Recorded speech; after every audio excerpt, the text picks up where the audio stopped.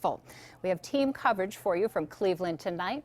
Colleen Marshall is inside the convention with more on Trump's criticism of Ohio Governor John Kasich and the impact that it's having on Ohio. But we begin with Ted Hart. He is live in Public Square where protesters have been gathered tonight. Ted, how are things looking right now?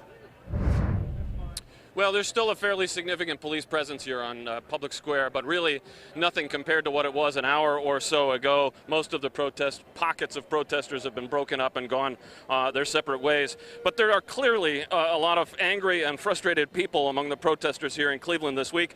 But so far, it has really been pretty peaceful. To make sure there's a fundamental transformation of our police departments and our society and our world. Black Lives Matter and other protesters took to the streets again, mostly small protests and individual demonstrators, like Clevelanders Ted Cortan and Ellen McGregor, who recently spent 7 months living in Mexico. Let's keep our friends, and they want to be our friends. I agree they can't all come here, but let's have a better policy than building the wall.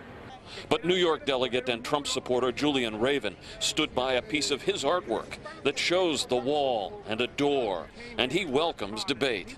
It's just like we're a big home. He wants respect for our laws, respect for our borders, and to do that, because people don't respect us anymore, you got to build a wall. We don't want to build a wall. We have to build a wall. Cleveland's Public Square attracts a colorful collection of people with all kinds of viewpoints. David Johnson drove in from Gibsonburg, Ohio. I think the Republican Party moved away from me. He's a lifelong Republican, but believes the party has lost its social conscience and moved too far to the right. And way too concentrated on the concerns of the wealthy. They don't, the concerns of the middle class are not their concerns anymore.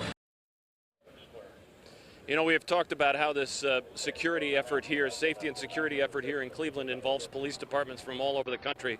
You're looking at members of the Columbus Police Department who are helping provide security here on Public Square at this hour.